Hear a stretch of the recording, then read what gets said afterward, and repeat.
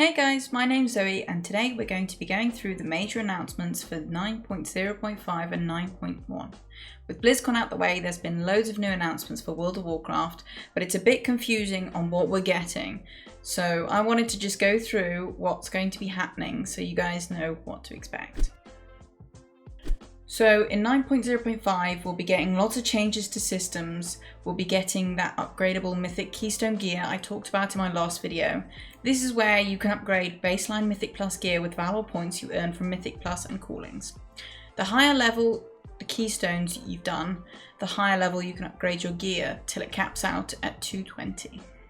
The next big change is class, covenant and legendary changes. We've got some buffs to Havoc, Resto Druid, Holy Priest and Mistweaver Monk, and a small nerf for Holy Paladin and Disc. We've got some buffs for Rogue, some big buffs for Elemental and Enhanced Shaman, and a little nerf for Resto DPS, I don't know why. Warlocks have had their Demonology spec fixed, so hopefully their pets will actually do their bidding. We've had huge change to Flashcraft. I'm not sure if it'll go live like this. Having a 30% damage reduction is really nice, so that's big grats, Necro boys. Covenant visuals should now be more obvious, and you'll also be able to easier discern which is your allies or your enemies. Blizzard has announced a load of buffs to the less popular class Covenant combinations, so maybe we'll see more variety, but probably not. We also had these tiny dungeon changes and an increase in loot drops. You only now need 3, 6 and 9 boss kills to get those vault rewards, and potency slots should now drop from raids too. We're also getting the Wandering Ancient mount. He's the winner from the competition before Shadowlands and should be given to everyone who has purchased Shadowlands. There's been some legendary changes too, trying to bring them in line with the more popular ones, and there's been lots and lots of different tweaks. I'm not going to read through all of these, so I'm just going to put them on the screen. If you see your class or spec you're interested in, pause the video real quick. We've got some changes for Battlegrounds which have confused me more than anything else. Why were there different sized flags to begin with? We've also got some epic battleground changes too. I'm not the biggest epic battleground player, but I'm assuming these will make them more comfortable to play. I miss Strand the Ancients. It was one of my favourite battlegrounds. I have no idea why they removed it. It was really sad to see it gone. Warlocks got a little buff too as well. The Paladin changes really confused me too. Does this mean Shadow Resistance Aura just doesn't exist anymore? Like, I'm not sure what's going on there. You can now buy Torghast upgrades to skip those chains in Torghast so you don't do a Lucan Frank and fall off twice in the space of 3 minutes.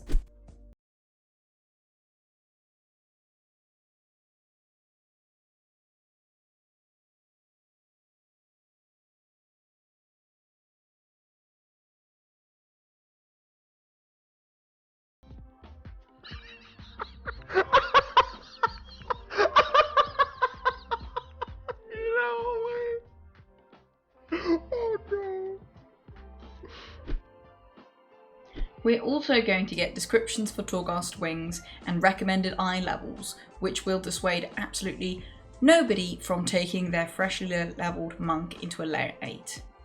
We've also had packs in Torghast being reduced in size so it feels less hectic. There's not a huge amount of added content for us in 9.0.5, just some much needed housekeeping, so we should see 9.0.5 going live within the next month. You don't have to wait too long. Next, we're looking at 9.1. First, we've got a new zone called Corthia, but I call it Corinthia. I have no idea how you pronounce it.